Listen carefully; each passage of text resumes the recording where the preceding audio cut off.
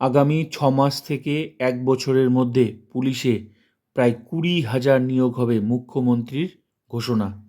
বিশাল বড় ঘোষণা কিন্তু এটা। তাই যারা পুলিশে চাকরি করতে চাও তোমরা কিন্তু প্রস্তুতি শুরু করে দাও। এর মধ্যে ডাব্লিউবি থাকবে, এসআই থাকবে, প্রায় 20,000 লক্ষ। আর 6 মাস থেকে 1 বছরের মধ্যেই নিয়োগ হবে। এই নিয়োগ কিন্তু দেরি হবে না। কেন? কারণ এই সরকার কিন্তু দেরি করবে না, খুব তাড়াতাড়ি নিয়োগ হবে।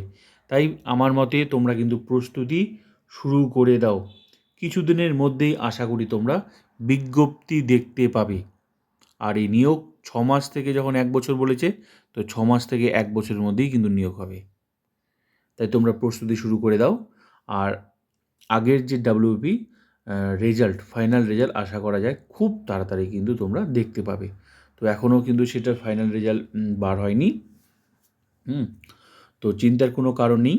সেগুলো কিন্তু যে নিয়োগগুলো মানে প্রসেসগুলো যেগুলো আটকে আছে, খুব তাড়াতাড়ি সেই প্রসেসগুলো তোমরা দেখতে পাবে। আর অনেকেই ভাবছো না যে নিয়োগ দেরি হবে। নিয়োগ কিন্তু দেরি হবে না। এখন কিন্তু কেন্দ্রীয় সরকার, রাজ্য সরকার কিন্তু একই। নিয়োগ খুব তাড়াতাড়ি হবে। মুখ্যমন্ত্রী যখন ঘোষণা করে দিয়েছে, তাই চিন্তার কোনো কারণ নেই। প্রস্তুতি তোমরা শুরু করে দাও। প্রত্যেকটা ডিপার্টমেন্টেই কিন্তু নিয়োগ হবে। প্রায় টার্গেট কিন্তু প্রায় 20,000। বিজ্ঞপ্তি তোমরা খুব তাড়াতাড়ি দেখতে পাবে। আর আগের তো সেরকম আর কোনো আপডেট পাওয়া যায়নি, কিন্তু আশা করি খুব তাড়াতাড়ি আগের নিয়োগের মানে রেজাল্ট খুব তাড়াতাড়ি আসবে। তো লাস্ট ওই একটা নোটিশ এসেছিলো, যেটা কলকাতা হাইকোর্টের যে নির্দেশে রেজাল্ট সেটাই এসেছিলো। তারপর তো আর কোনো সেরকম নোটিশ আর আসেনি।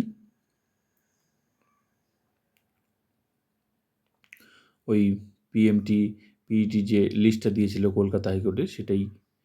তো খুব তাড়াতাড়ি কিন্তু এই ফাইনাল লিস্ট কিন্তু এটারও আসবে। এটাও কিন্তু খুব তাড়াতাড়ি নিয়োগ হয়ে যাবে আশা করা যায়। তো প্রসেস কিন্তু খুব ফাস্ট হবে এই 20,000-এর টার্গেট। তো এটা তো তোমরা দেখে নিয়েছো এই লিস্ট, ঠিক আছে?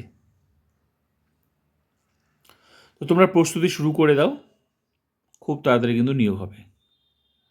আর ভিডিওটা ভালো লাগলে like, comment, subscribe and share. Next update অবশ্যই তোমরা পাবে।